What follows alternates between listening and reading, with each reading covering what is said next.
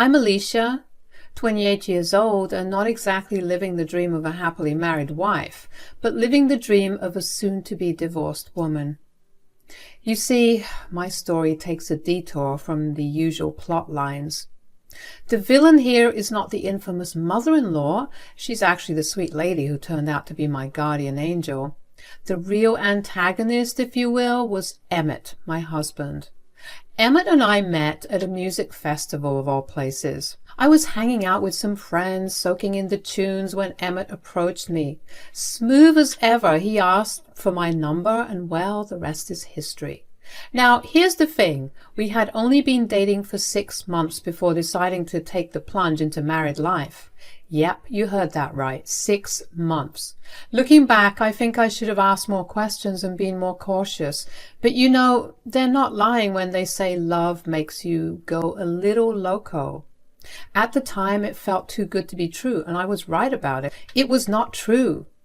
Within 2 months of us dating, Emmett popped the question. Not the marriage one, though. He asked me to move in with him. He suggested I should give up my apartment and live with him instead because he couldn't spend a minute without me. I remember thinking, whoa, slow down there, Speedy Gonzales. Even though he was love-bombing me, which is usually not a good sign, I found myself saying yes. Now, about Emmett's mom, Agnes, rest in peace. Lady was an absolute gem. When he took me to meet her, I instantly clicked with her. That was a relief. Meeting the mom is always a big deal, right? But her kind nature made everything really easy for me. Finally, a sweet girl like you in our home. Before you, there were many brief encounters. Emmett would bring girls home, and by the next morning, they would vanish. But talking to you warms my heart. Such a beautiful girl, and your heart seems genuine. I'm so glad Emmett has you. Oh, Mrs. Smith, you are too kind. Oh, please, call me Agnes, dear. Mom, do we really need to delve into my past? Alicia doesn't need to know all the details, you know. I'm just saying there was this one time Emmett brought a girl home, and the next morning I made my special pancakes for her.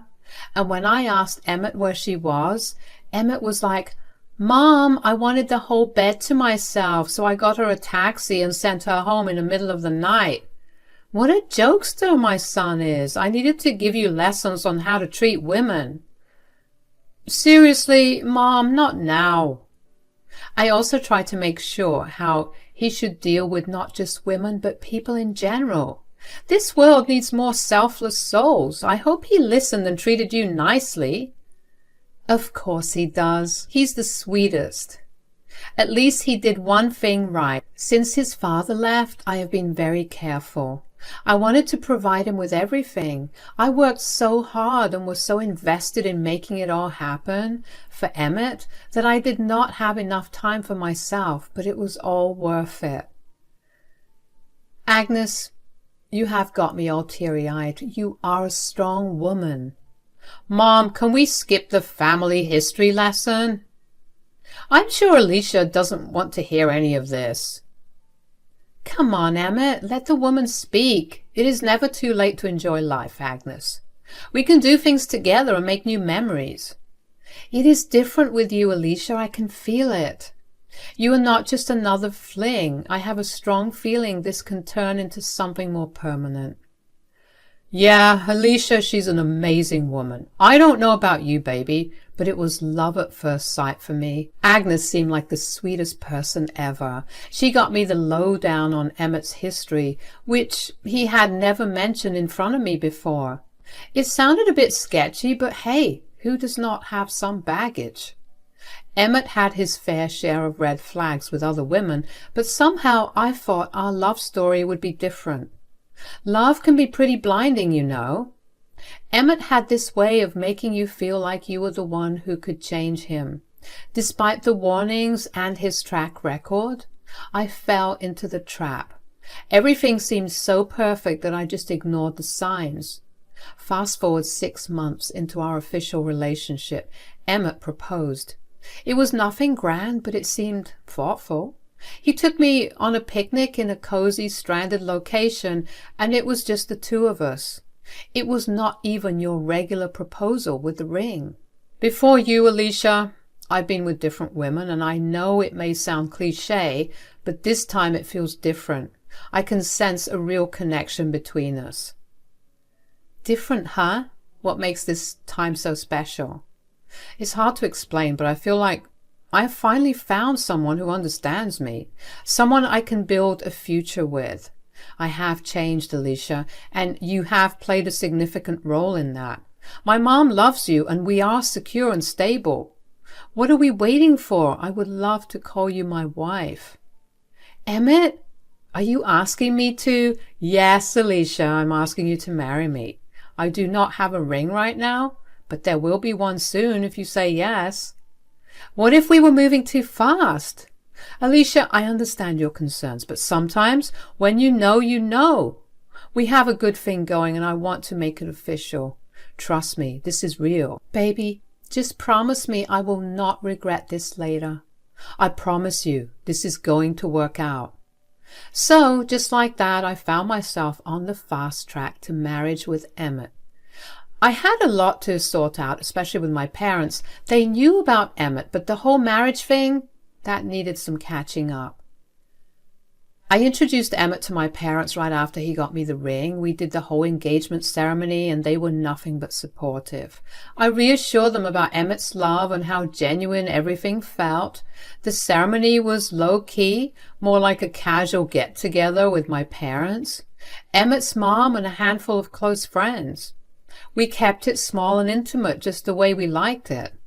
After the engagement, Emmett and I decided we wanted to get married.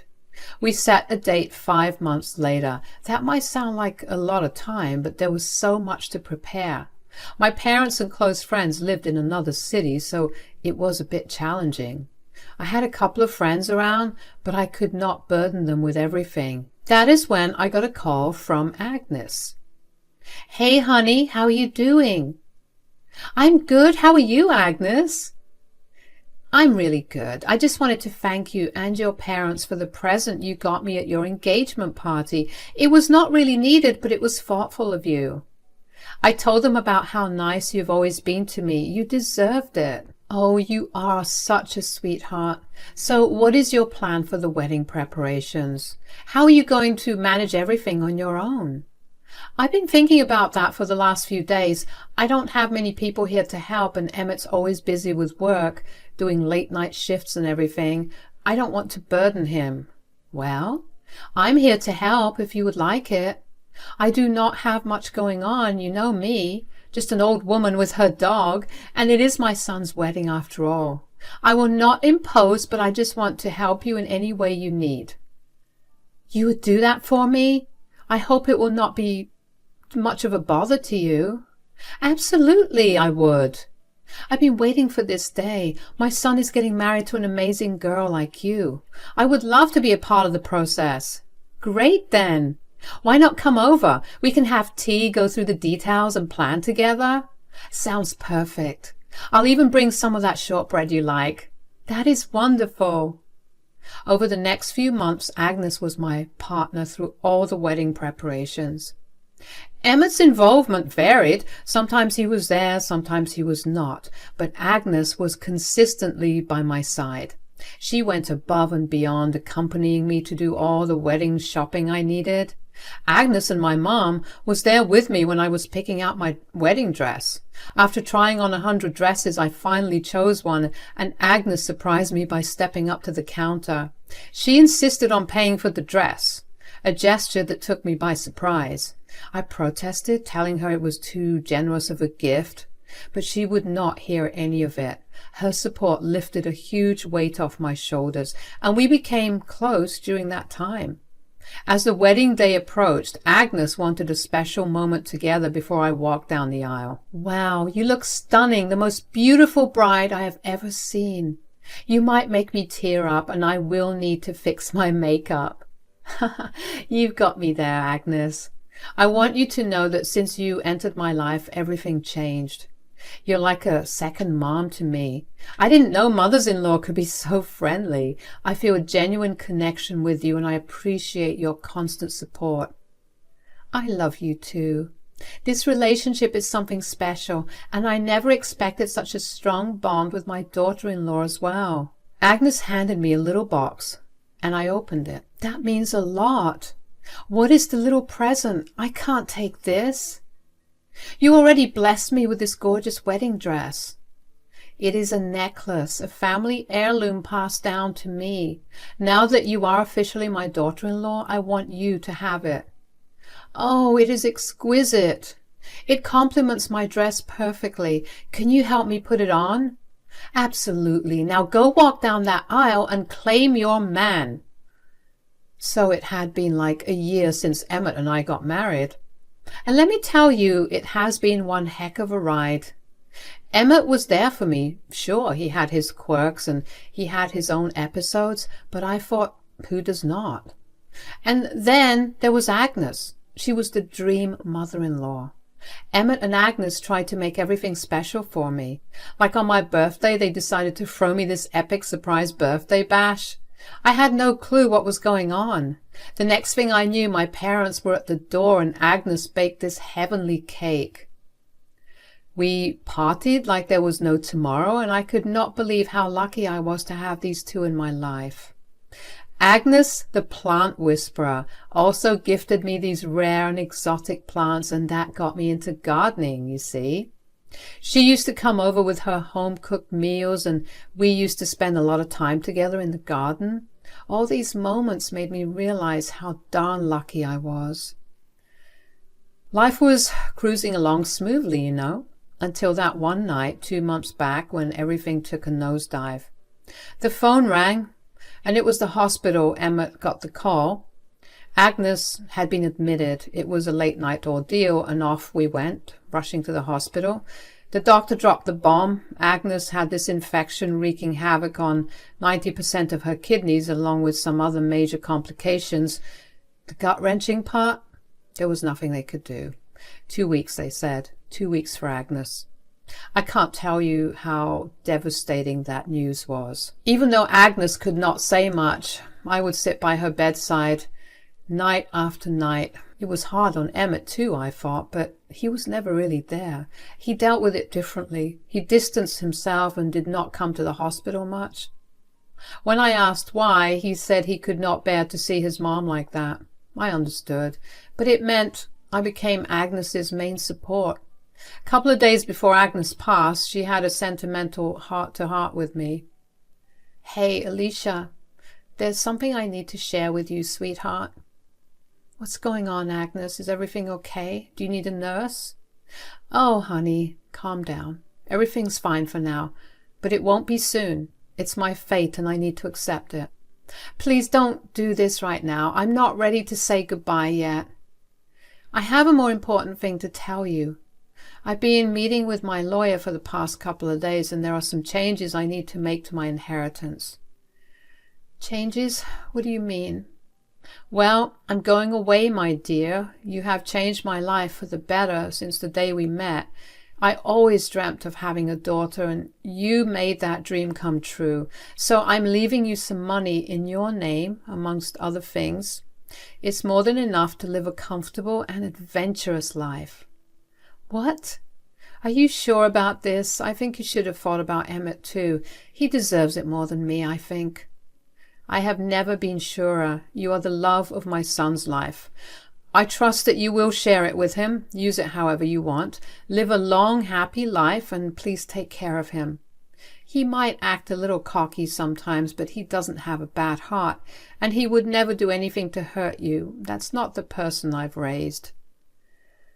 I promise you all those things, but you didn't have to do that for me. I appreciate it, though. It is done now, and there is another wish. I just want you to go and spread my ashes in my backyard.